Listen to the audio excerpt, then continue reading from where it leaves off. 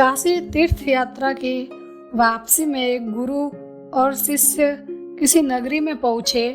नाम उसका अंधेर नगरी था। शिष्य बाजार में सौदा खरीदने निकला तो वहाँ हर चीज एक ही भाव, सब दान 22 पसेरी, भाजी टका शेर और खाजा, एक मिठाई भी टका शेर।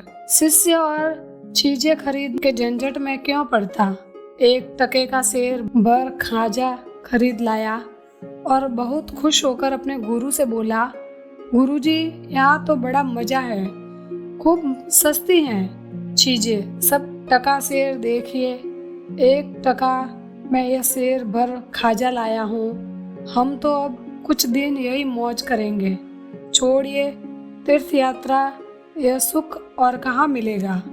गुरु समझदार थे, बोले, बच्चा इसका नाम ही अंधेर नगरी है, यहाँ रहना अच्छा नहीं, जल्दी भाग निकलना चाहिए। यहाँ से वैसे भी साधु का एक ठिकाने पर जमना अच्छा नहीं कहा है, साधु रमता भला पानी बहता भला। पर शिष्य को गुरु की बात नहीं भाई, बोला, अपने राम तो यहाँ कुछ दिन जरूर रहेंगे। गुरु को शिष्य को अकेले छोड़ जाना उचित नहीं लगा, बोले, अच्छा रहो और कुछ दिन, जो होगा भुगता जाएगा। अब तक शिष्य अंधेर नगरी का सस्ता माल खा खा कर खूब मोटा हो गया। उन्हीं दिनों एक खूनी को फांसी की सजा हुई थी, पर वह अपराधी बहुत दुबला पतला था, फांसी का फंदा उसके गले में ढीला था। इस समस्या से निजात पाने के लिए राजा ने कहा कि जिसकी गर्दन मोटी हो उसे फांसी लगा दो। अंधेर नगरी ये जो ठहरी, हाकिम ने सिपाहियों को हुक्म दिया कि जो मोटा आदमी सामने मिल जाए उसी को फांसी लगा दो। एक खून के बदले में किसी एक को फांसी होनी चाहिए, इसकी हो या उसकी, किसी की भी हो, जीव के बदले जीव। सिपाही मोटा व्यक्ति खोजने चले तो वही मोटा शिष्य सामने पड़ा। वह हलवाई के यहाँ खाजा खरीद रहा था। सिपाही उसे ही पकड़कर ले चले। गुरु को खबर लगी, वह दौड़े आए, सब बातें लोगों से मालूम की। एक बार तो उनके मन में आया कि इसे अपनी बेवकूफी का फल भोगने दे, पर गुरु का हृदय बड़ा दयालु था। सोचा जीता रहेगा तो आगे समझ जाएगा।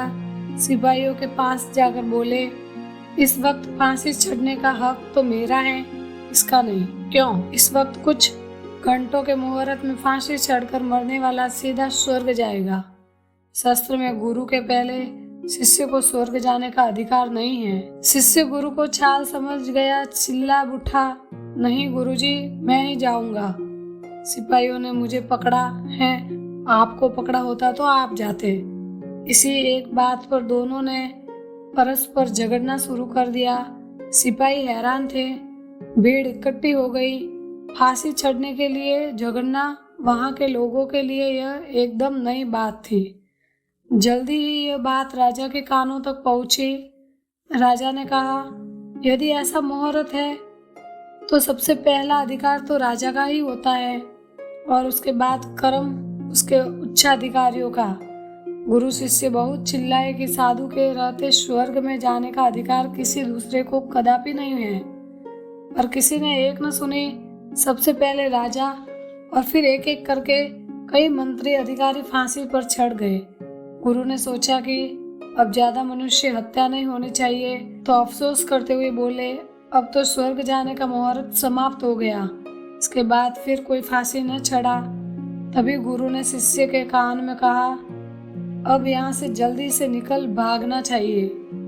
देख लिया ना तुमने कि अंधेर नगरी में कैसे कैसे बेवकूफ बसते हैं। इस वीडियो को लाइक करें, हमारे चैनल को सब्सक्राइब कर बेल आइकन जरूर प्रेस करें।